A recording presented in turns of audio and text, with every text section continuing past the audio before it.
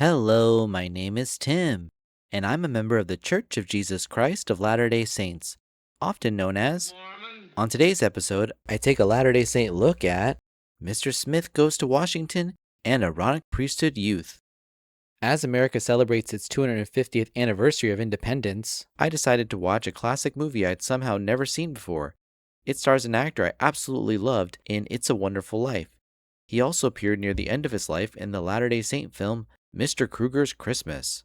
In the film Mr. Smith Goes to Washington, a United States senator passes away, leaving a vacancy that must be filled. The state's political leaders eventually decide to listen to one politician's very outspoken children, who insist that Jefferson Smith should be the new senator. Here's 50,000 kids with 2 folks apiece, and they vote. You want to do yourself some good in this state, Dad? If you're ever going to stand up like a man someday and tell Taylor to That go to... settles it. I will not be attacked and belittled by my own children in my own home.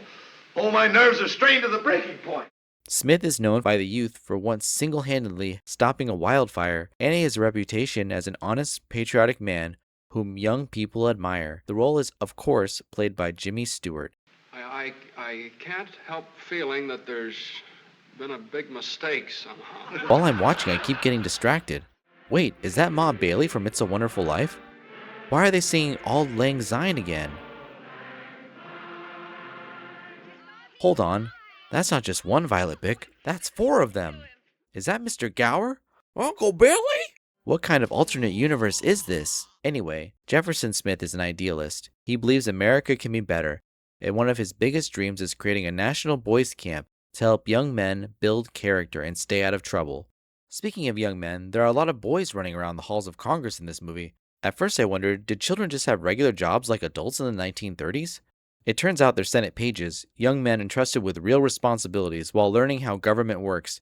In many ways, they're being prepared to become the leaders for tomorrow. And that brings me to today's Latter-day Saint comparison.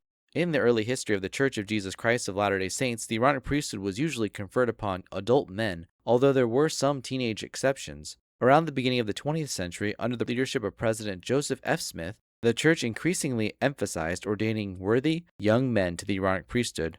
Over time, this became the standard practice. The change reflected a growing emphasis on mentoring young men through progressive responsibilities rather than waiting until adulthood. Church leaders taught that serving early would help them develop faith, responsibility, and a lifelong commitment to Jesus Christ as they served in their congregations.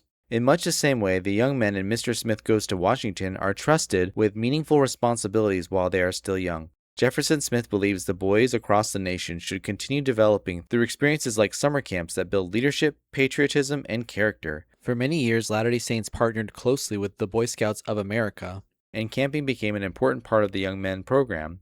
While the church's youth program has changed over the years, outdoor activities and experiences that build faith, self-reliance, and character continue to play an important role. So just as Mr. Smith Goes to Washington emphasizes raising young people to become honorable citizens, the church has, for well over a century, emphasized teaching young men early the importance of service, responsibility, and priesthood duty. President Joseph F. Smith helped establish a pattern that continues today, preparing young men through experiences early on in the priesthood, much like he himself had done when he served a mission to the Hawaiian Islands at age 15. The corruption Senator Smith encounters throughout the film reminds us why this preparation matters. Strong societies need men and women of integrity. In the Church of Jesus Christ of Latter-day Saints, young men receive responsibilities in the Aaronic priesthood as preparation for a lifetime of discipleship and service. As they mature, they may eventually receive the Melchizedek priesthood and continue serving God and blessing others through the authority He has restored. Well, that's it for today's episode of A Latter-day Saint Look at Mr. Smith Goes to Washington and Aaronic Priesthood Youth. Thanks for watching, and I'll see you next time.